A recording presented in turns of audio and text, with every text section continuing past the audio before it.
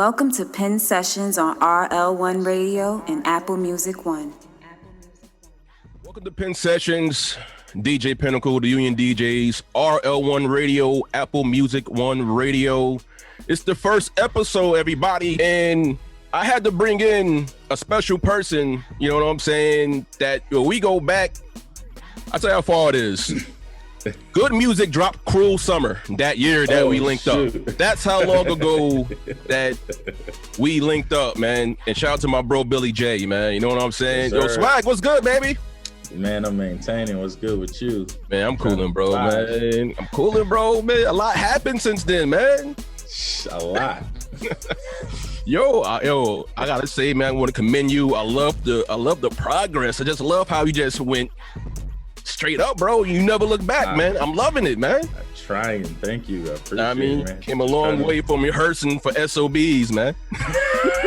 Oh yeah, you do go back there. I'm telling you, that's a long time ago, man. Man, what were we rehearsing? I don't even remember. Like, yeah, that's crazy. Yeah, man. Like, yo, once again, shout out to my bro, Billy J. Yes, my sir. fellow T-neck highwayman. You know what I mean? We stood together, the vibes, man. But yeah, bro, talk to the world and let them know a little about yourself, bro.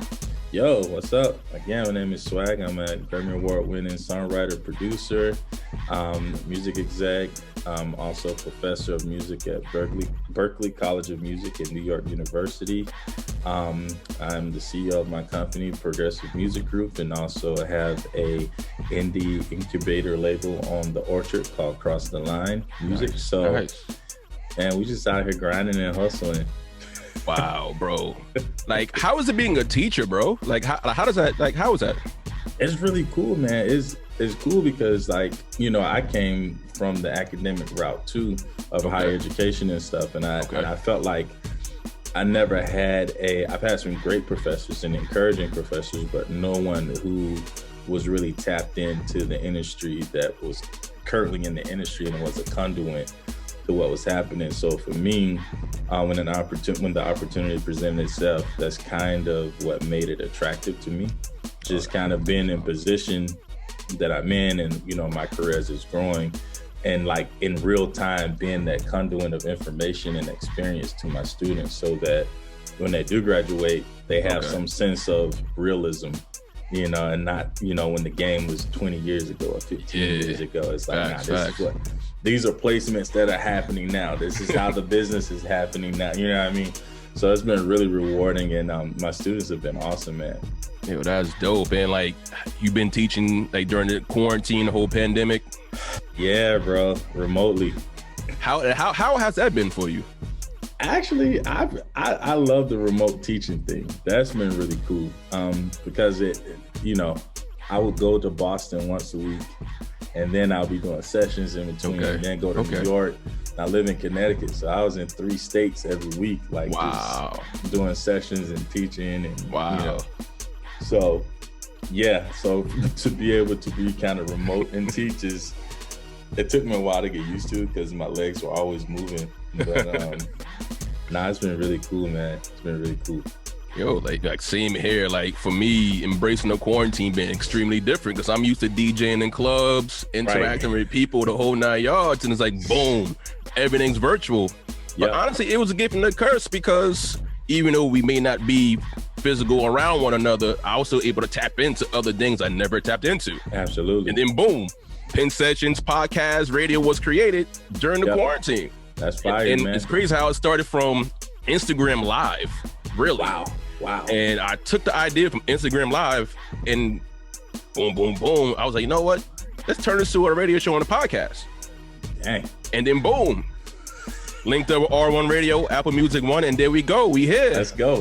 And you on the first episode, which I appreciate you, bro. Man, thank you for thank you for thinking of me, man. That's huge. Yo, facts, man. Like you was one of the first people in my mind. I was like, I gotta interview you. You know what I'm saying? Man, appreciate it. Because one, I'm trying to learn how to produce as well.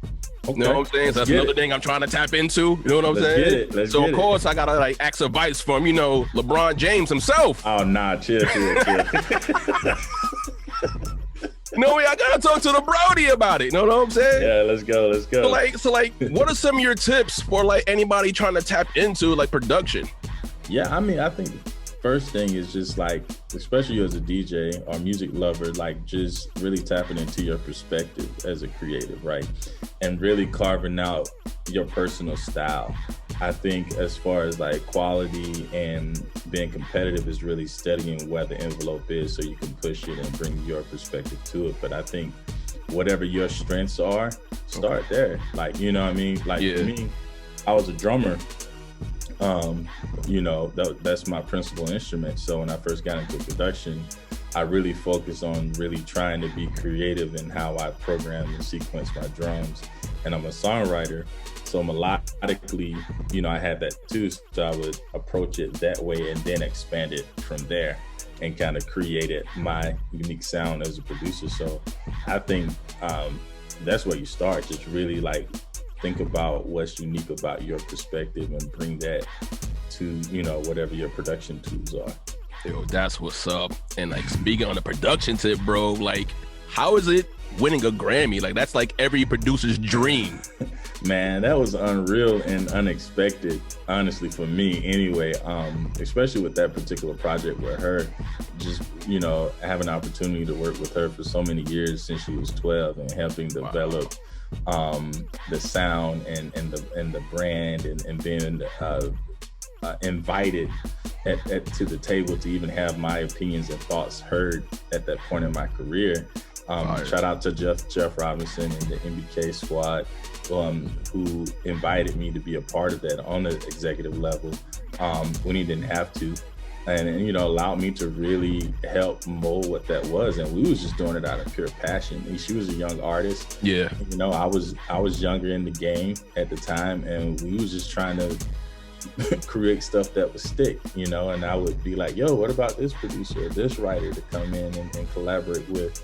And he'll be like, try it, you know, see what happens. So it was unexpected because our intent was just to intentionally make great music and not necessarily, you know, the accolades were far back in our minds in the process. So it was such an honor to be acknowledged on you know, music's biggest stage and to actually take home a trophy, man. That's crazy. That's crazy.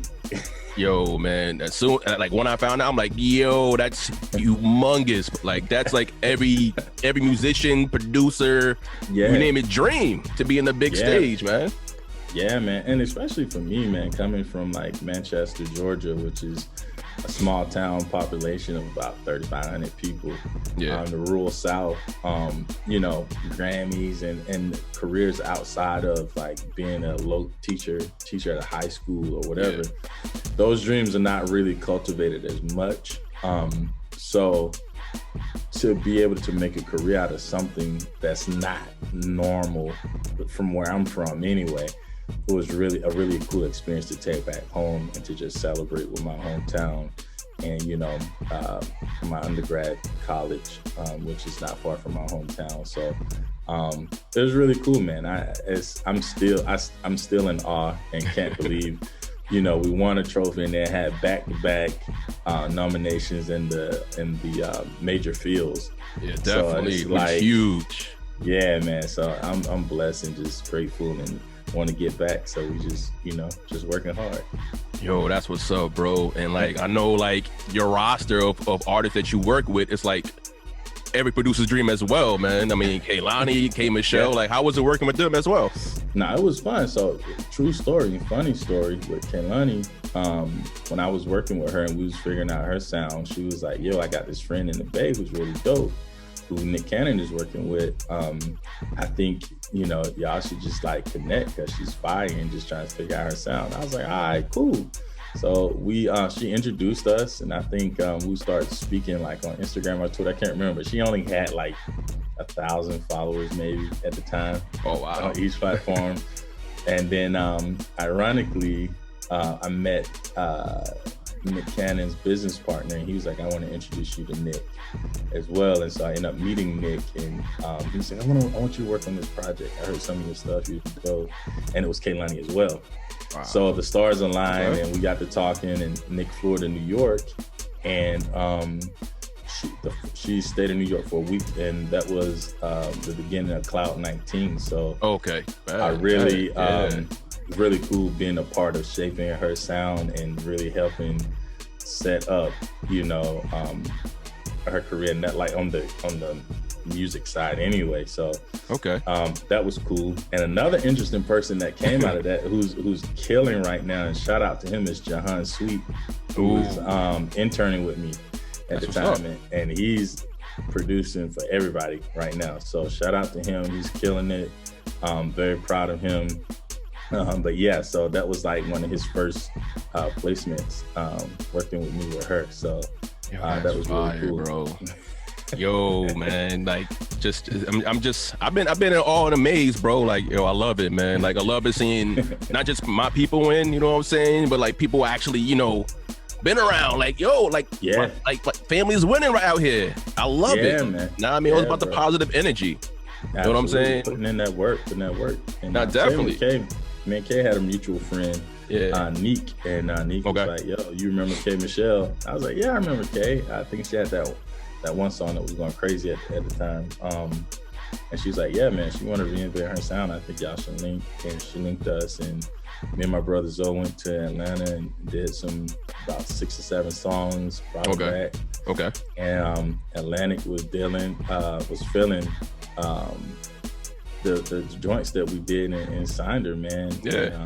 Jeff was involved in the management and everything, so that was cool, man. I ended up doing a lot of work with Kate during that time period. So it's funny, most projects I've worked on has been like bulk of songs, and then, you know.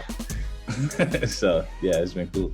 So who are some of the artists that you want to work with that you haven't worked with already? Oh man, it's a lot, bro. Shoot, Rihanna, for sure, if she decides to put out an album. Yo, wax. We all waiting. She put out more Fenty than music right now. We need some music. Exactly. Snow Allegra, but I do have something coming with her.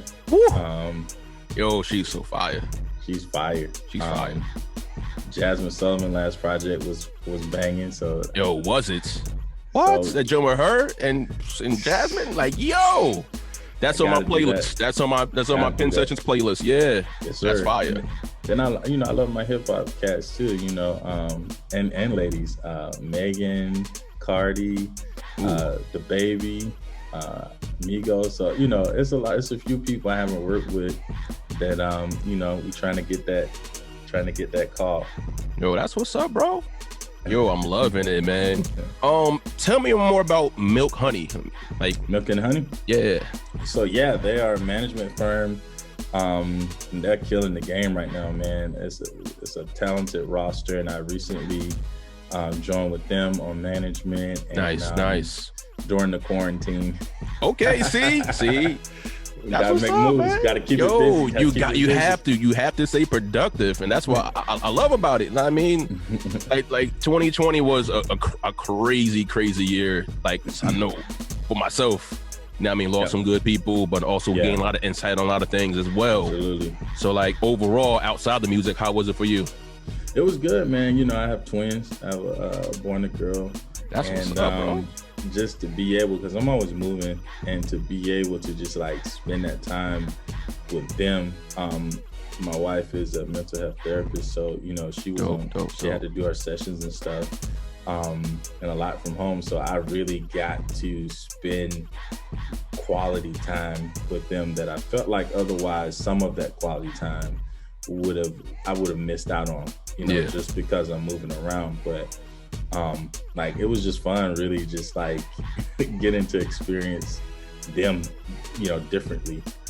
So I, you know, in that regard, the quarantine really helped ground me into, I think Pharrell said recently, zooming out, especially on family life, because you get so caught up in providing and trying to, you know, put your family in a position that you don't want to miss out on just the quality time or just kicking it, laughing. Investing that as well.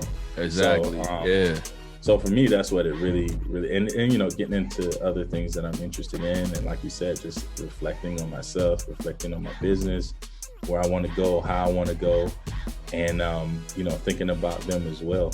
differently now that I've had that opportunity to really be grounded for like, 9 months or whatever it's been. See, man, that's how you know it's been a long time, because I never knew you had twins, bro. Oh yeah, bro. So that's how you know it's been a while. You know what I'm saying? Three, man. Wow. 3 years old. Yeah. Wow. That's wow. Yeah, I got whole kids, man. Yo, that's what's up, bro. Another thing I want to pass you too is like I said, the quarantine. I've been coming up with different ideas, and one of my ideas that actually became very popular was called Vibes and Chill, where pretty much I showcase R&B, pretty much like more R&B type hip hop, really slow and chill, reggae and everything else like that. And it started as a regular IG mix, very late night session. Everybody enjoyed it. And then I started doing actual mixtapes. So I started from IG Live doing mixtapes. So on my third mixtape, where I just put out in December, I have Tone Stiff Devotion. And that song is fire to me, bro. So like, I want to like introduce him, to the world, and like let me know like how you came up about that song. Yeah, so I met Tone in a writing session. I knew of Tone, but I met him in a writing session for her. Okay. Walter Jones set up, shout out to Walt. He set up session, and it was Earl on the beat, myself, Chip, Lance Strip Chip, and Tone. And that's when we initially met. And I was like, yo, man, you fire, bro. And then he was about to work on a project, and he wanted to get in with me. So we did a session, and we were just talking, man. I was like, we was in the studio kicking in, and I was like, man, I want to create something with you that is one word, like adorn, or like, like those iconic songs where it's like just one word that means something. Really do something really cool. So actually, 2 of my students co-wrote that with us. Wow. That is fire. That's dope. So we were in the studio, and one of my students, Bubele, he was like, what about the word devotion? And we was like, man, that's hard. Let's really build on that. So I really wanted to set the mood and pay homage to like that 80s R&B vibe. Yeah, where I love that. Prince and those guys. So, I started with the chords, and then, they started with the melody of the verse. And like, it was the intent was to create something that was current, but still classic feeling. From title to melody I remember we was up writing that hook all night, and we still didn't finish it. And I came back home, and then when I came back, I was on the train reworking some lyrics, and I was like, man, I think I got it, bro. And we went to the studio, and I read him what I did, and he said, man, that's killing. Yeah, let's get this down. So yeah, bro, it was really intentional, and we really wanted to create a song that lyrically meant something. Not just a vibe alone, but when you strip it down and just really read the lyrics, there's something of substance to it. So that's how that kind of came together. Yo, that's what's up, bro. Yo, man, like when I heard the track, I was like, oh, okay, found out you did it. I was like, oh, I know it's gonna be a banger. Then once I really heard the words and the cadence and the melody, I'm like, oh, this is going on the mixtape ASAP. Appreciate it. ASAP. So it's on the mixtape. It's also on my Pinn Sessions weekly playlist that I'm doing right now via R1Radio, Apple Music One Radio. Yes, sir. And yo, man, like the bangers that you're producing, you be putting out, bro, like flames, man. Like really, like flames, man. Thank you, man. My goal is just to stay consistent, quality over quantity, man. Yes. Again, back to that word, intent, intentional about everything I'm doing, the artists I'm working with. And that's why, shout out to Lucas Keller and Chad West over at Milk and Honey, really partnering with them. They got the vision, and y'all gonna be seeing a lot of me 2021. I love it, man. I love it. So like how many more projects, how many more things are you working on for this year? Yeah, man, I'm working on a few things. Some things are NDAs I can't speak on, but no doubt. But we got that going. I'm tapping into technology, partnering with Native Instruments on some things, working with Splice on some things. Nice. I'm also in the works of working on a book, you know, that is the concept derived from a course I developed at Berkeley and NYU on Black music. So that's coming together. Hopefully okay. Wrap that up this year as well. So, okay, you know, just really tapping into different streams of creativity outside of just music production, but just like, you know, tapping into things that are more of a 360 of who I am, from education to, you know, fashion, technology. Dope. And really just trying to carve that out. So yeah, man. Yo, bro, man, like that's super fire. So like, since you work with a lot of R&B artists, right? And we are on R1 Radio, Apple Music One Radio. We all know Verzuz comes on Apple Music. So with Ashanti versus Keisha Cole finally solidified that date. Who do you have? Oh, this is a tough one. I was thinking about this the other day too. Oh man, this is a tough one because, see, I feel like, here's the thing. Like, I think Keisha has obvious hits, right? Definitely. And I think Ashanti got those sneakers though that we forget about, those songs that she's written, those songs that she's featured on. So I'm like, it's really tough for me because Keisha had that classic album, man. But then Ashanti got those sneakers. Yo, I'm stuck. I'm not even gonna hold you, bro. One day I'm like, yeah, Keisha got this. And then the next day I'm like, I don't know. Yeah, to me, like, I got some joints. Yo, Ashanti got them features. That's gonna be like the killer. Them features, all them Ja Rule, Murder Inc. features, man. And we're not even talking about songs that she actually wrote. That's what I'm saying, exactly. So it's like, and that's all fair game, right? I believe so. But so Keisha got them joints that you can still play today. And females are singing it word for word. Even some dudes, I ain't gonna hold you, some dudes be singing it too. Yeah. You know what I think gonna happen? I think most people are gonna say Keisha got it. And then when Ashanti press play, it's gonna be a moment of nostalgia. And Cat's gonna be like, damn, I forgot about that. About that. So that's why, you know what? I don't even want to call it, man. I'm a fan of both of the bodies of work. So I know I've given the longest non-answer just now, but yeah.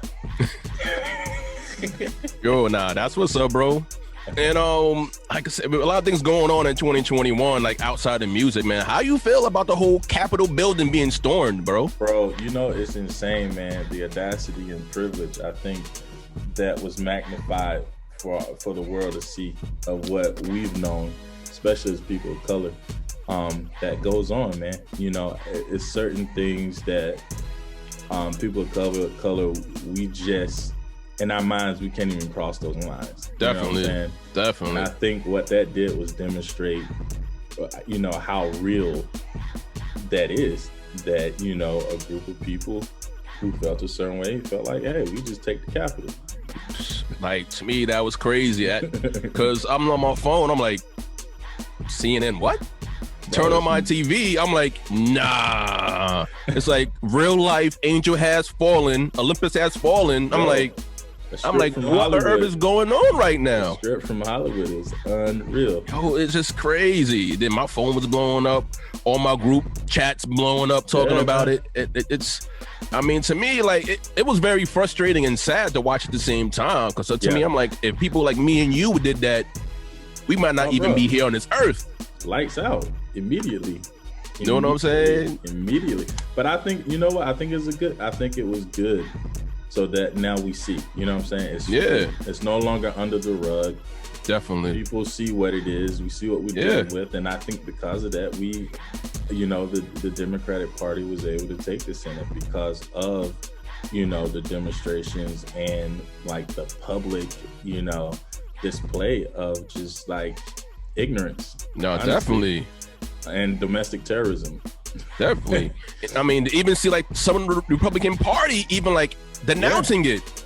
Yeah, Mike Pence and Trump going back and forth. I was like, bro, okay. Because it's a humanity issue. It's a nonpartisan issue that we're dealing with. You know, bigotry, racism, and all of it. Like, we just have to do better. And other countries looking at us like, what? Oh, we good. We'll keep our dictatorship. You know, and that's not an example of democracy. You know, so listen, man. Yo, man, that's hopefully what's up. We do better. Yo, I hope so too, man. And just to get more on a lighter note, what are some of the things outside of music that you enjoy to do? Oh, me? Shoot. Now it's playing with my kids, man. For real. I used to be into like heavy gaming and stuff like that, but not so much anymore. I really gotta get back into it. I like watching movies. You know, I'm getting back into reading a lot. So yeah, man, and starting to get back in the gym again. You know, I gotta get that life back together, bro. Yeah, man, that's one thing I've been doing this quarantine, man. Was definitely gym life in the crib. Yeah. I mean, got the weights and everything else. A whole lot of walking, jogging. You know what I mean? Yeah. Watching when I eat, all that good stuff, bro. Like for real. Yeah, man. So just really trying to find other things to occupy my mind. You know. And to just chill out. So like movies and spending time with the family, for real. Yo, bro, like I appreciate you for coming in, tuning in, rocking with me. You know what I'm saying? If everybody, let them know where they can find you on social media. Yep, you can find me If Swagg Did It, Twitter and Instagram. All right, yo, and bro. Clubhouse if you're on that. Same thing. Man, I had to how do you feel about Clubhouse? It started out as a good platform, but I think what happens is it get oversaturated with people who, you know, having a lot of opinions about things that they haven't done. So yo, I agree. A lot of capping going on right now. Like, I think I was on there for maybe about 2-3 weeks, if that. And then I was like, you know what? Yeah, I'm good on this one. I'm gonna sit this one out. I was on it early, man. I was on it early because my boys was on it early, and they was just like, "Yo, tap in, like this is cool."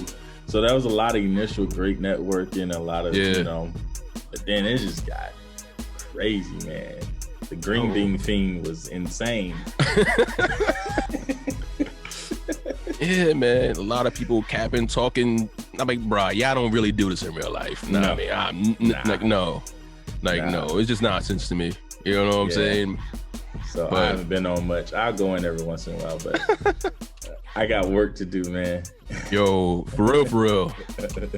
Bro, I don't want to take up too much of your time, but yo, once again, I appreciate you for coming on. Man, thank you. You know what I'm saying? We definitely got to do this again. You know what I'm saying, bro?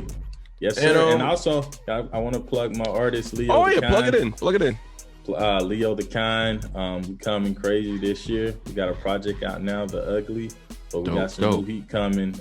Super excited about that. And also a young lady, Sherry Marie, who I work with, and she has a project out as well called Reflections. So go check those out. Yo, that's what's up, man. Ladies and gentlemen, clap it up one time for my man Swagg, or say Grammy Award winning. Hey, let's go. You know the vibes, baby. DJ Pinnacle, the Union DJs, Pinn Sessions on RL1Radio Apple Music One Radio. Tune in every Friday night, 9 p.m. Eastern, 6 Pacific. All right? Yes, go. See y'all next week.